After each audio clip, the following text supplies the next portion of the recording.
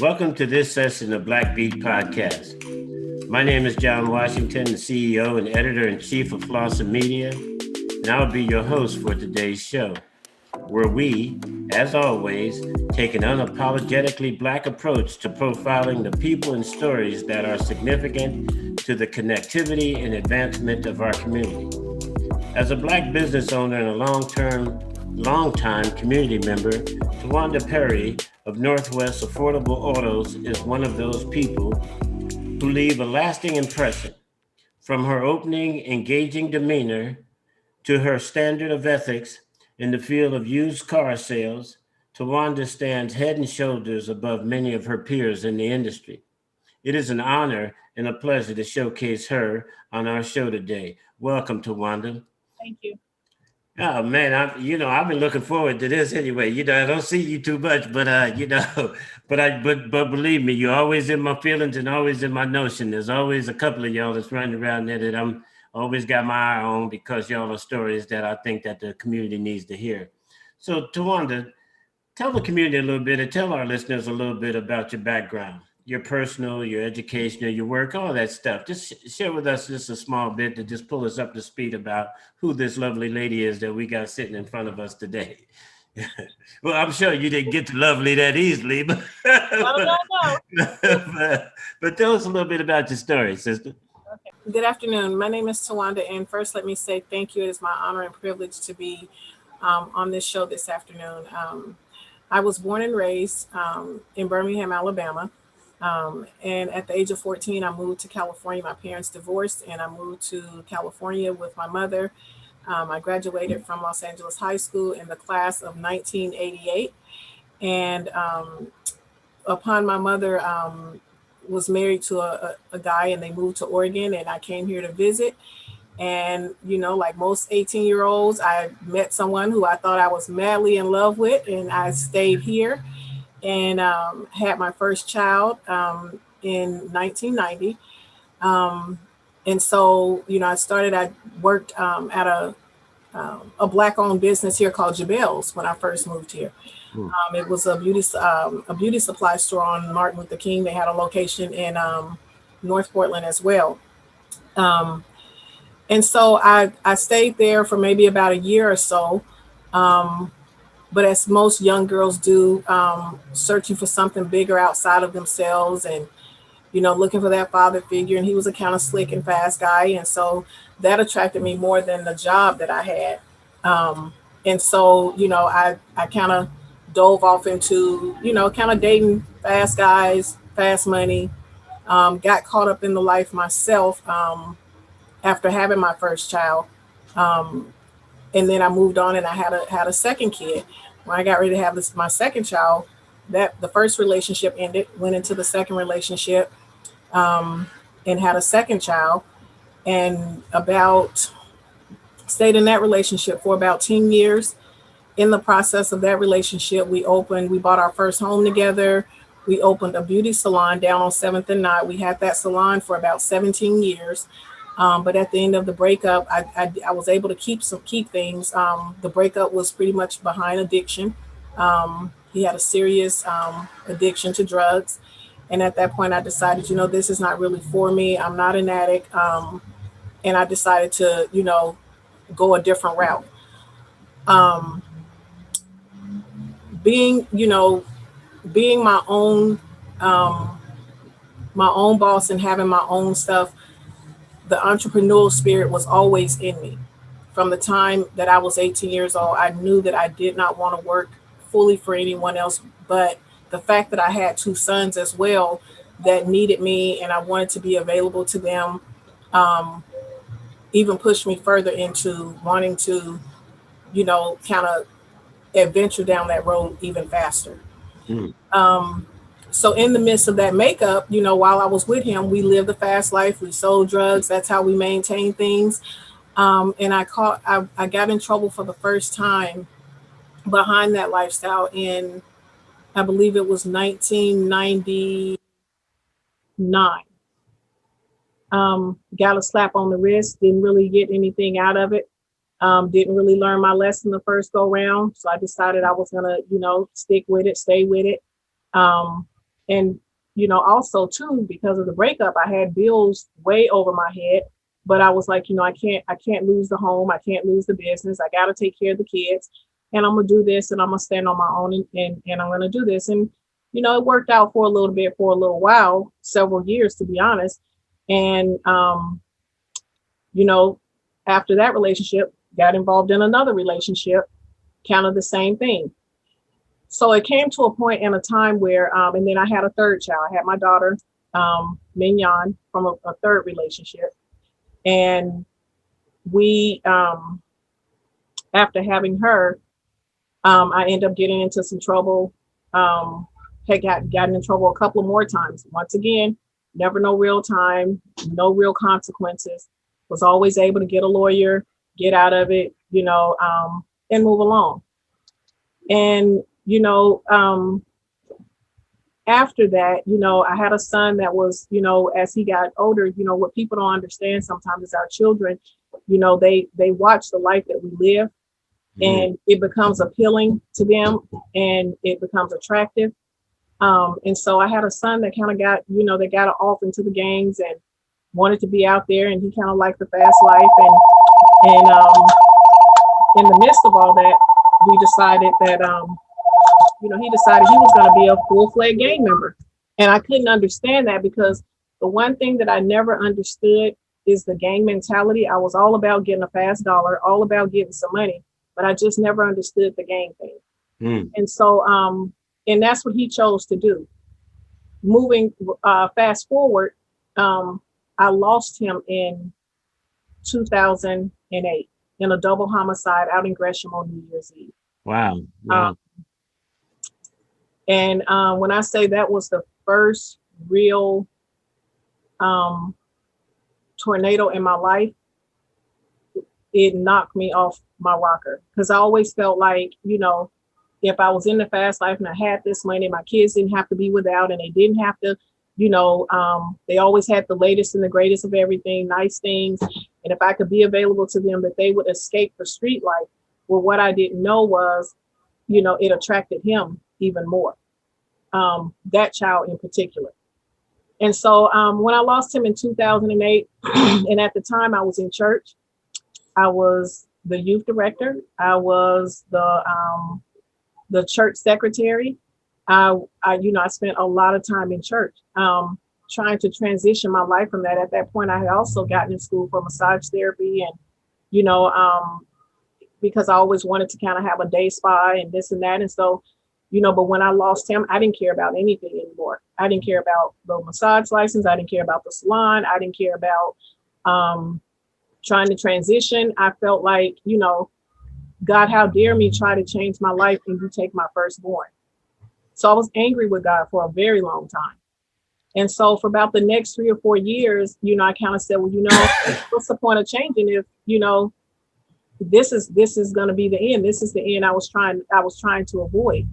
And so in that, I got back into my street thing. I went back into street mode and got in some more trouble.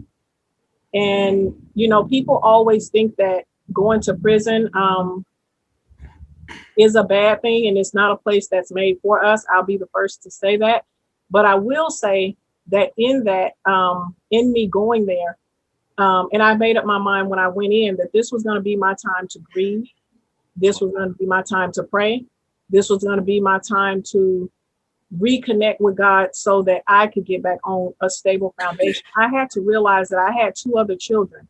When my son passed, I started letting the gang members come over. Y'all can hang out. We friends. It was kind of, you're very vulnerable in that grief. That's why when people are going through grief, I tell people all the time, don't judge people in their grief, because I made some decisions in my grief that, that just were not normal. I hung out with people that I normally wouldn't hang out with. I made some decisions and some decisions even for my children that I know in my right mind I would not have allowed. So, me going to prison was, a good thing for me to separate myself from some people, from some things, and to get back on to what I was doing before I lost my first son, Darius. Wow. So I thank God for that every day, because had he not interrupted my flow, I probably would be still out here, or even with a longer jail sentence, or dead somewhere. That would have been the end for me.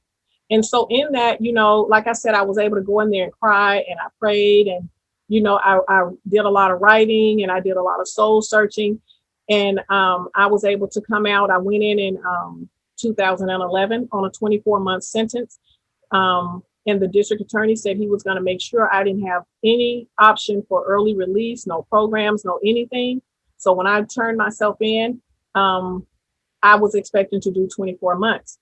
But by the grace of God, I was given every program that was available to me to participate in. And even though I wasn't a drug addict, they gave me a drug program. Well, in that program, I was able to go to Turning Point, and I was able to reassess my thinking. Wow. So, addiction is not always just about a drug. My addiction is that fast money. Yeah. The fast money, the just the excitement of all of that. And so what I've always known is that I've got to be able to take care of my children.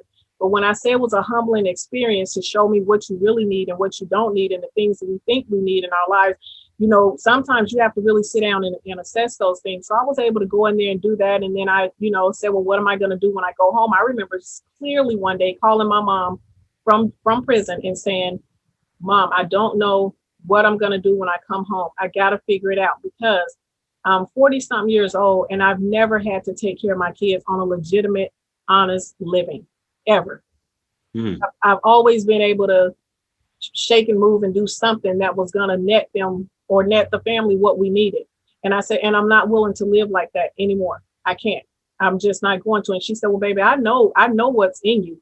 And I know that we can do this. She said, and if I have to exhaust every resource that we have in order for you to succeed, because I am an only child with my mom. My dad has, I have sisters with my father, but with my mom, I'm the only child. And so she said, and whatever we have to do, we in this thing together. And I said, okay. And so, I was able to do my time and come home. And, when we decided we were going to do this, we had an option. We were either going to do a day spa, and we kind of sat down as a family with my partner, and we kind of figured, and so we ended up going with this. And what I will say is, I'll be the first to say these cars kind of feed that addiction for me with the fast money. So I'm still an addict in that way, because I want some money, but the only limitation, a better way to grind, huh? it's just a whole nother way to grind, and I love it. But what I love most about it is I've always had a passion to help people as well. I always want to help people in a way that maybe someone wasn't able to help me, or give something to them that someone wasn't able to give to me. And so in this business, for me, when people come to buy a car, it's more than buying, it's more than just buying a car. It's not just, I have other people that are around and that work here, and they're like, these people come here, they think you're their counselor, they think you're this, they think you're that. And I said, well, in a sense, we are. I said, and I think that's what our tie to the community is that they know when they come here, we have a pantry here. The kids know they say, Miss Twan, can I have some chips? Can I get this? Can I get that? It's family, because we know you can go anywhere and buy a car, but it's about the experience here, and it's about family, and everything that we do here is really, from our heart here.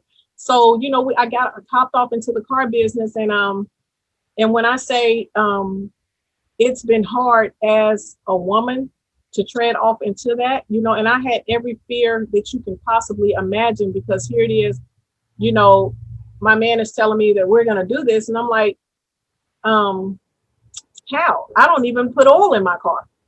I just put gas in it and drive. And you mean to tell me we're going to do this? And I'm, like, how are we going to do this? But, it has happened. Hold on, Towanda, not to interrupt you, but girl, breathe for a second, because you done dropped some pearls, boy, over the time on this one, girl. You ran through that field pretty fast. And let me tell you, there was some hot rocks, boy. I was checking my feet to see if they was still catching my ankles. You know what I'm saying? So you ran through that field. But I'll tell you, what an amazing story, Towanda. Just the recovery act of going through all those trials and tribulations, falling into those holes, climbing up out of those holes, advancing the ball and down the field on an agenda and then experiencing those hard hits, those life hits. And I heard long ago, anybody say, have you ever met many parents that ever recovered from losing a child, And so just the major fact was that you were able to find a space to somehow or another heal that wound, and sorry to say where it had to be, but sometimes we got to lay down or sit down. Something gonna force us to lay down and sit down, because especially if we're running. Mm-hmm. So you got through that, you made it there. So how did the car business itself, like, how did you matriculate toward that? I mean, I understood the fast money part about that, but how did the business come into mind, and how did you get hold of that? How did you have that in your hand once you woke up one morning and you realized you had a business in your hand? How'd you get there? Well, as I was saying, we were either going to do a day spa or we were going to do selling cars, and we were going to sell cars from home, just something for me to supplement, if I found a job, because remember, I'm freshly out of jail. So we're just going to sell a few cars from home, but at the time I lived in Clackamas County, and I couldn't do that. You can't sell cars from your home. And so, and again, with the family being involved, we wanted something that we all could participate in. Oh, okay, right on. So my young, so I still, my son Anthony, and then I have a stepson, Jemani. And so, we have both sons and daughters between my partner and I, and my mom. And so we were like, well, they wouldn't fit very well in the day spa business. So we're gonna go. We said we're gonna do a soul food restaurant. My mom said, well, I'm not doing all that cooking. So we're gonna do the car thing. And so she went in and she said, I'm gonna help you guys. I'm gonna financially support, and I'm gonna, help us get, some of the money that we need to try to do this. And that's what we did. And as a family, my son was working at Nordstrom's at the time. He left Nordstrom's, and he came here, and he's been my rock and my right-hand man since we have opened. Now, mind you, my other half is still in prison at this time when I'm doing all this. So that's why I'm really stepping out on faith, and I'm doing the right thing to do, because now when he come out, he can do something different too. Because sometimes you're holding it down. Yeah, you were holding it down. Yeah. Yeah. So, sometimes we kind of have to lay the foundation or lead the way, or say, hey, well, let's try this way. And so that's just what we did. And, he came home and he transitioned into it for a minute, but his mindset, didn't shift. My mindset had shifted. His didn't. So, he still had another run in him. Yeah. So it led him back to prison. Yeah. But wow. It led him back. And, to this day, that's where he still is. And behind those activities, my business was even attacked. I had to, submit all kind of documents to show, hey, this is how we did A, B, C, and D, because first of all, we're already scrutinized anyway. And then the fact that I had the criminal background that I had, I just had the cards kind of stacked against me. And when I say, we've been here almost, it's 8 years now. And, every hit or nick, that we could take, it's come our way. They even had it where while we were going through that process, I wasn't supposed to touch money up here or anything. Wow. And so they had it where anything that came through here, my son had to be in charge, and we walked through that. That happened in 2015. We almost lost some of our funding from the people who helped buy our cars, our lines of credit and all of that. But, we serve a good God. And when I say I changed my heart and my mind to do something different, I've been standing on that. Wow. I don't care how bad it get, because people think, oh, you sell all them cars, you make all that money. No, not so much. It's not always like that. In anything that you do, there are going to be bad days. But we have to stay faithful to it. We got to stay committed to it. And that's what we have done. When I say, it's been times where we needed money, and my mom she'll go into her retirement. It happens. When I say she has fully backed me and supported me, and, there have been other people that have come along and said, I want to help you do this, with the soul, you guys being one place that I called, and you guys hooked me up with a mentor, and that's been priceless, I can't even put a dollar on that. It's been that, it's that type of mentorship that, someone that looked like me that can assist me and guide me in the direction that I'm supposed to go, because we want to go to a different level.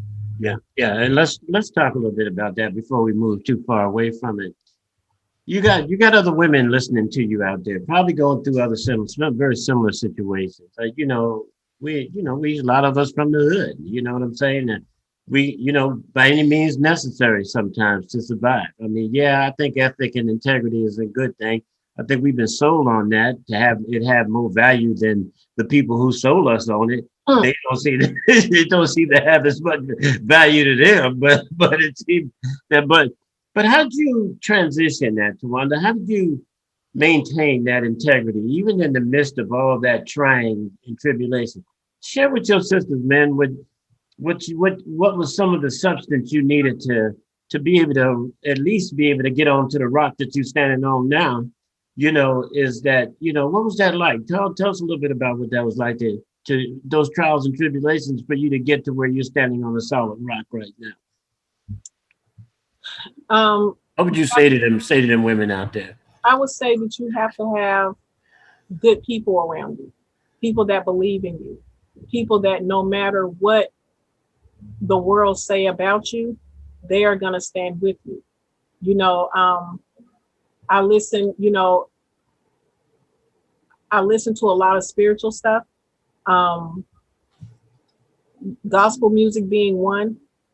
And I would listen to, it's a couple songs that I would get up and play every morning. And one of the songs just said, they scandalized my name. They talked about me. They defamed my character, but I'm still standing. Woo! So I take that, and I would, in some days it took me listening to that, riding to work crying, because I knew that God had a ram in the bush for me.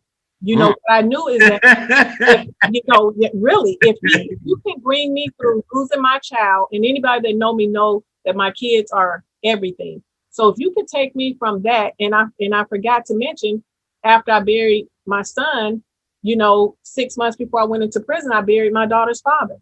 So, when I went into prison, I knew, it's like, okay, I just buried him. I missed my son's graduation. I missed a lot of things along the way. I missed my daughter going into 6th grade. And, and we still, my son and I, we still kind of trip over some of that stuff sometimes. But when I say it's been good people, he sent people around me, even in this business, when they should have, when I was going through some of that audit stuff, they should have came over here and took every call for this lot. Because if you know anything about the IRS, if you're fighting against them, they had a right to come and take everything from you. But when I say those people say, hey, we're not doing that. You've been good. You've been steady. You pay us like you're supposed to. We just gonna, we just gonna maybe just decrease your credit just a little bit. And I said, okay, I can take it and run. I can run with that. But it's the good people. It's the support. It's prayer. I don't push people on what they believe, but you got to believe in something bigger than you. It has to be, because I know it's been some things around here that I don't know, I do know. I know how I've made it, and it's nothing but the man upstairs. That's it. And just the things that he's brought me through. I'm like, and I have to remind myself sometimes, if he brought you through that, girl, this gonna be a piece of cake. You just gotta hang in and don't even stress yourself out about it, because you can't go to bed taking all that stuff to bed with you and getting up. If you either gonna trust him or you're not. And that's why I get sometimes where I just have to trust. And I say, here you go. Let go, let God. Song by Dwayne Woods. Let go, let God. You take it. I can't do nothing with it no way. Wow. So, that's what I really stand on. Right on, sister. I do appreciate that. And I agree with you on that. You can't take it with you when you're gone. So you better figure something else out, Now, so tell me, now that you made it through a lot of that, you arrived here today, where you are here, and then all of a sudden you got this issue going on where they was coming to take the house, and you had to fortify the fence a little bit. So tell me how you made it through. What took place to be able to get you? Tell me a little bit about the story about how you arrived to some solid foundation through all that. the sense is that you were able to make it through some of those trials and tribulations. How'd that happen in light of the coronavirus and the socioeconomic, unrest and all those types of things? How'd you make it through? What happened? Well, when Corona first hit, my son, my brother, we were all standing in my office, and they said, "Well, since we got closed down now, we have to go." I said, "Well, I'm gonna tell y'all this." I said, "Whoever want to stay, stay." I said, "The governor gonna have to pull up here and tell me I got to close." I said, "Because I can't." I said, "This is my family's income, so if I don't show up here to work, a whole bunch of us aren't gonna eat. So I have to be here." And so, my son has asked me, he said, "Mom, I got asthma and I can't be taking no chance on this stuff." And I said, "Well, son, you know what?" I said, part of this whole COVID thing is about, y'all want our attention. I said, "That's what I really feel like." I said, "And so he gonna get it by hook or crook. It don't matter. You either gonna submit or however we got to do it." And so when it first hit, we said, they wanted to close. And I said, "Well, no." And, I said, "Well, I'm already financially in the rear. We're in the rear." I said, I can't, I can't fold. I said, and but one thing about it, he's never let a light be off. He hasn't, we seem to pay our bills every single month and on time for the most part, and so I said, and I just believe he gonna, once again, he ain't brought us this far to fail us.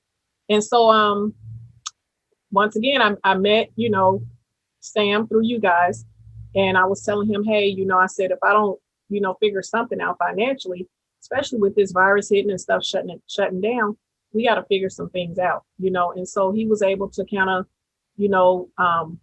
bounce some stuff off you guys. And when I called you, you put me in direct. You said, hey, I don't know a whole lot about car business, but I have a friend that does, and I'm gonna, link you with that person. And did just that. And, he was telling me about a few different places. He said, hey, let's try, we can maybe tap into Prosper. Let's see what we can try to do to get you some financial funding. I said, because if we don't, I said, I've been hanging on by threads for 7 years. I said, if I don't do something, I said, I don't know what direction it's going to go. I said, but I can't, what I'm clear on is I can't go back to the streets, but I said, I fought such a hard fight that I would hate, to have to leave and give up on this thing. And, we started, he said, well, I'm gonna get you a couple of applications from places. And I've spoken with some people at MISO as well, because I work with them too. And between, your agency and them, you guys kind of directed and showed me a way to go. We don't know what's going to come out of this, and again, when I say he placed good people around me, you guys are some of those people that had information that I needed, and guided me.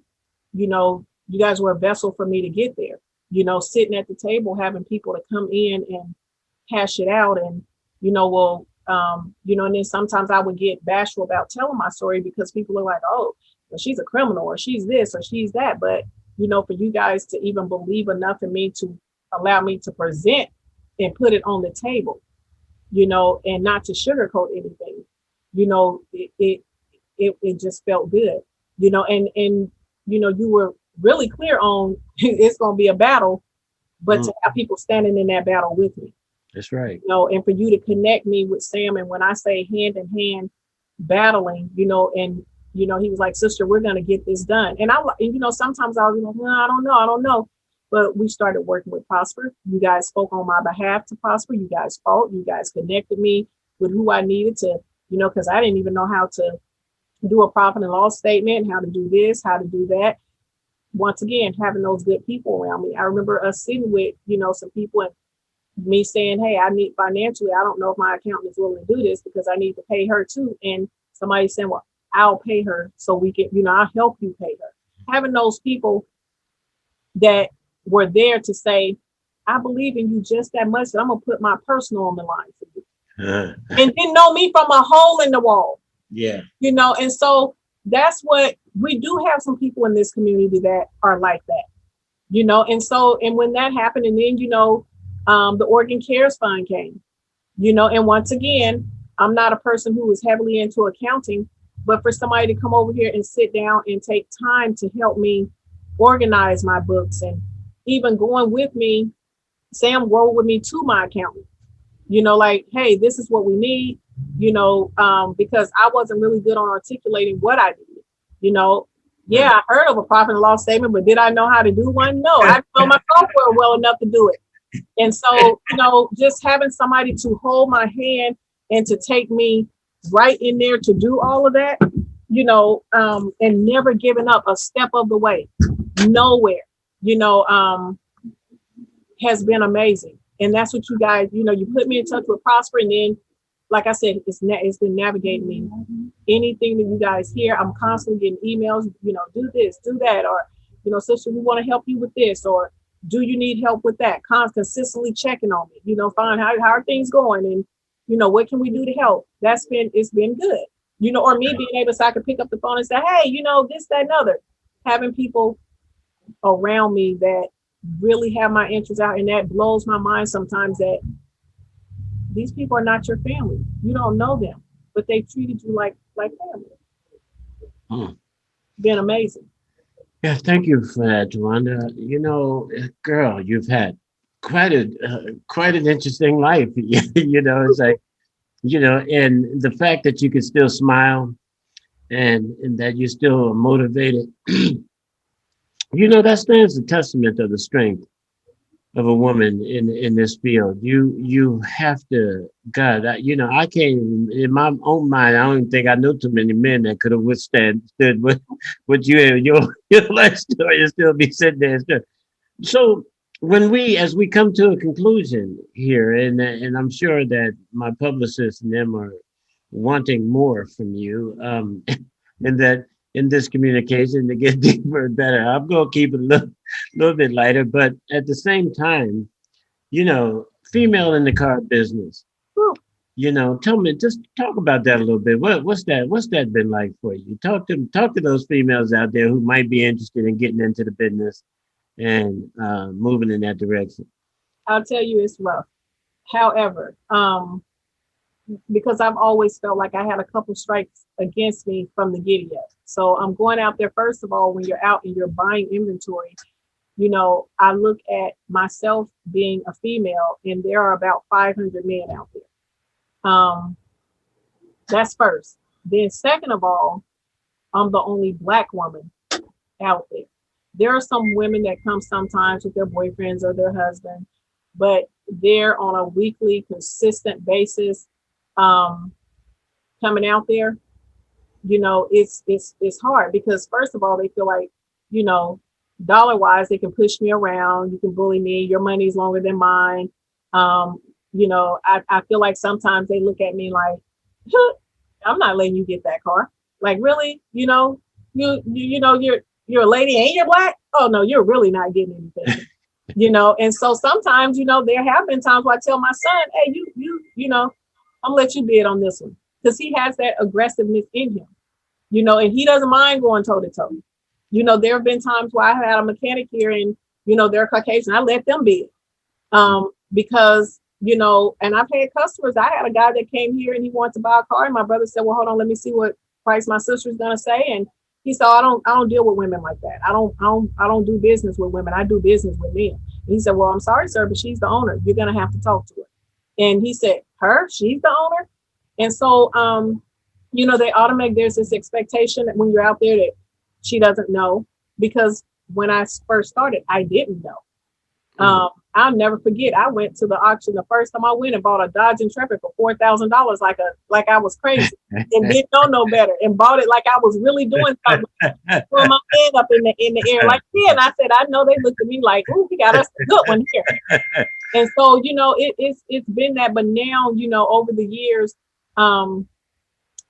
I've started to build that confidence. I still struggle sometimes, even now, when I go out there. And it's like, I know they're going to push me around, but they also know it's a good feeling when I come in too. There are other dealers there. There are auctioneers there. There are owners of the auction that say, hey, good morning, Towanda, because they know, I'm going to come and I'm going to come correct. I'm not coming begging for anything. I'm not, I'm going to buy just like anybody else. But I'm not easy to, and you know, for most people that don't know me, I'm kind of, you know, I'm a little bit shorter than most. And so they're like, and sometimes people say, oh, I look like a little kid. But, you know, I can stand my ground. Yes, You know, ma'am. and so I've had to learn how I've always been able to do that. And that comes from me being my mom's only child. So I'm going to stand my ground, but being able to know you're not going to push me around. No, you're not just going to bully me. You know, and some of those were street skills that transferred from the other world, but they're working in the auction as well. And so, you know, we just have to know that. And I just had a young lady here the other day that said she was thinking about getting off into it. I said, hey, I said, I'm here for you. If you need to, I said, nobody told me to buy a code reader when I first started. I said, so if you want to meet out there and we go arm in arm, hand in hand, I will give you every connect I have because somebody else did that with me. MLK Auto Sales did that for me. When I say gave me priceless knowledge, priceless information, never asked for a penny, nothing funny, none of that. When I said he's really poured into me. And that's, once again, having those good people around me that are coming with good intentions. And so I have to give that back. You know, other women, I tell them all the time, we can do this. I tell myself sometimes one day I'm gonna have an all-female mechanic shop. You know, it's gonna be all female. We gonna fix cars. You know, and my son told me, which made me feel good one day. He said, you know what, Mom? He said, what I've learned is that if no one else shows up here, you'll figure out how to do everything around this building. I said, yeah, I will. I said, I'm gonna learn how to fix a car before it's all said and done. I said, because that's how much I'm invested. And I said, and I'm glad that you see that. Wow. So tell me, what's I'm scared of you. We better make some room for you down there. Somewhere for that car not to be. What's your future look like? I mean, in terms of the company and business, and you know, where you going, sister? I mean, obviously, you know, you got to right that you're standing on some type of foundation. And what I heard that foundation to be, number one, is an investment in a spiritual practice and a belief. Number one as a foundation for you, and the other one is enduring. You know, being able to endure a great suffering. You know, and I heard that in your conversation really clearly, was that you know you recognize that you're going to have to stand on something solid and you're going to have to endure it, and that means you make that commitment. Damn it, you're going to go to where you're going. And I heard those are solid things. So now that you have arrived, and by the way, Towanda, I would support those characteristics because you know that truly is the transition. If you know, regardless from pain to empowerment or pain to pleasure, this whole reality is that somewhere we have to make a decision to get off the wrong train and get on the right one. And that means regardless that you might have to come back 5 years from going someplace, you may have to do something a little different. You know, so in light of that today, now that you're here, which again I support 100% because that is the transition. You're here in the transition. You've gotten some support and assistance. What are you going to do with those dollars to put? How are you going to put them to work? And what does your company look like in the future? Where you go? So we now have we have a mechanic here full time. We are looking into we've started a repair shop. We're offering services to the community as well, affordable services at that. Um, we are also offering detailing and all of that, you know, things that we're bringing out of just this business. Um, we have also been able to start a towing company for affordable towing that my son, you know, does. So I've been able to kind of give him a couple of businesses out of this business and taking those dollars that we have accessed and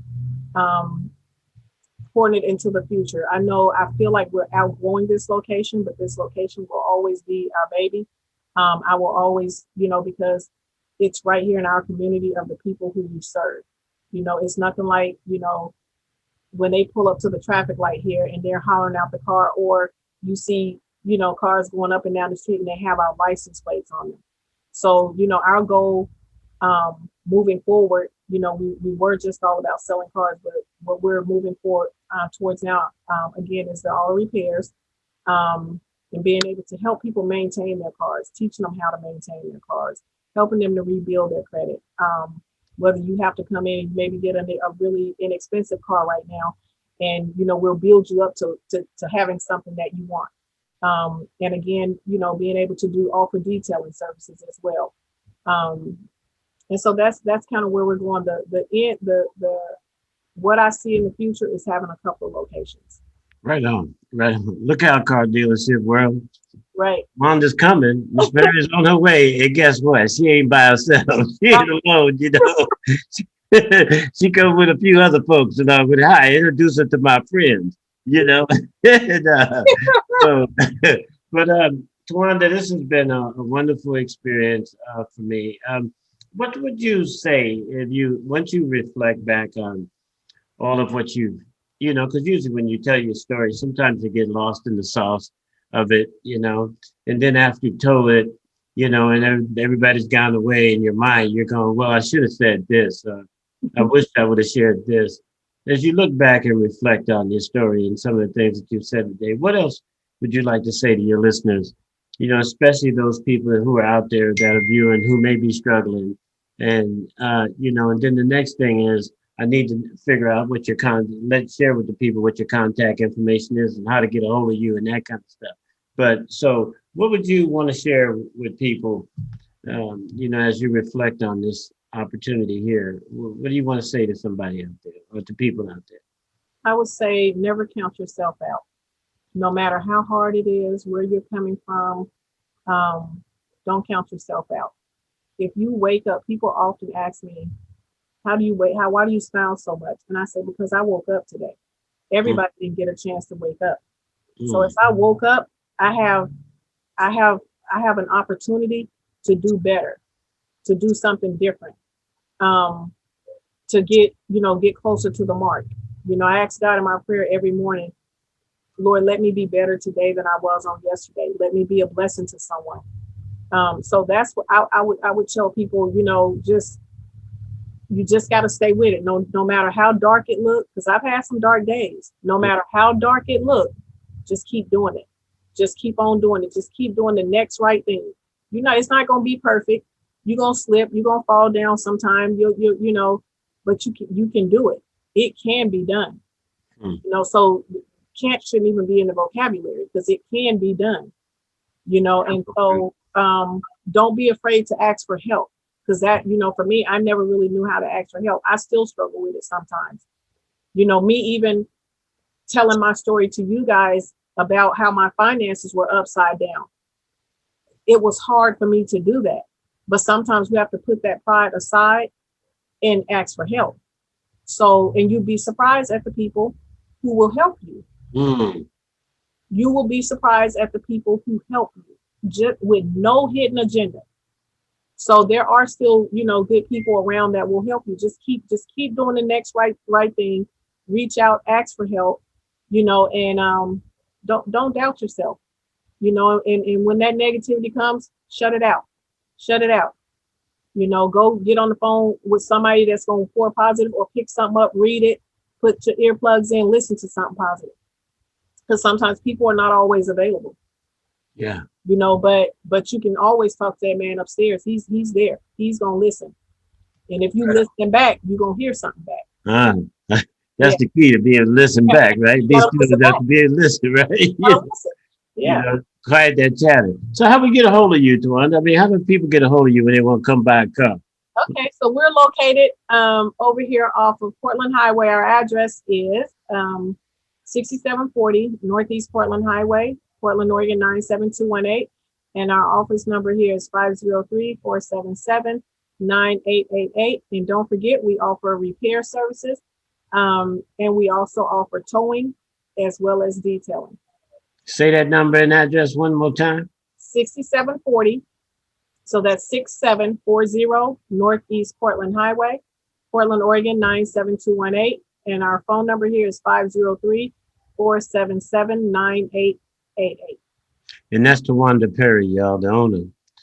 And I'm here to tell you, I encourage y'all to go over and say hello to this system. And if you can't get a decent deal over there on the car, then you probably will get one. You know, so y'all do that. Because what's the worst case scenario? You might be able to get a tip on how to survive. Right. You know, so, We our you social know. over here is, we go the extra mile to guarantee you leave with a smile. And when I say I go hard, when I call up the finance company for you, I'm gonna fight for you like it's me trying to get a car. Well, girl, let me tell you something. I feel sorry for the other people on the other end of that phone. You know, shit, if they understood what you went through to get the way you is, the people give you that money out of the damn car. I don't know what it is. I would. Shit. Thank you. But listen, folks, this has been Black Beat, and this is why we do what we do on Black Beat. We tell those stories of blacks, and we're not apologetic about it. This woman came through the pipeline, came through the grind, had learned what she needed to learn because Lord knows how it all began. And some of us do know how it began, and we don't necessarily like how it all began. It affected us all in an adverse way on how it all began. And y'all know what I'm talking about, that race relations. But I can tell you this, that what it takes to survive in the field of car sales is something, I've been doing a lot of business over the last 50 years. And let me tell you, the car dealership business wasn't one of those ones that I considered going in because it's a grind. And to have this sister over there grinding this out and making a life for herself and her family, and in spite of the adversities that come her way, look, hoorah, hoorah, hoorah. You hear? Hey, folks, thank you again, sister. Thank you again for coming on this podcast of Black Beat.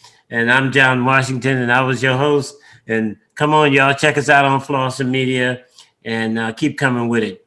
Y'all stay true to the game, and we're going to do just fine on the other side. You'll stay sane. Trust me on that. Anyway, good afternoon, everybody, and we talk to you soon. You hear that, Towanda? I'm looking forward to seeing you again soon. I might have to come over there and find me a car myself. I'll come see you soon. Yeah. Respect, y'all. See you soon, sister. Yep. Okay. Mm-hmm.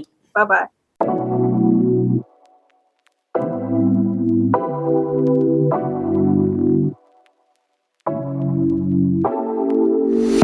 Take it away, feeling too good to me. Chilling all day, all in your space is where I wanna be. Here in this room, what did you do? I just can't get enough. Too caught up in your love.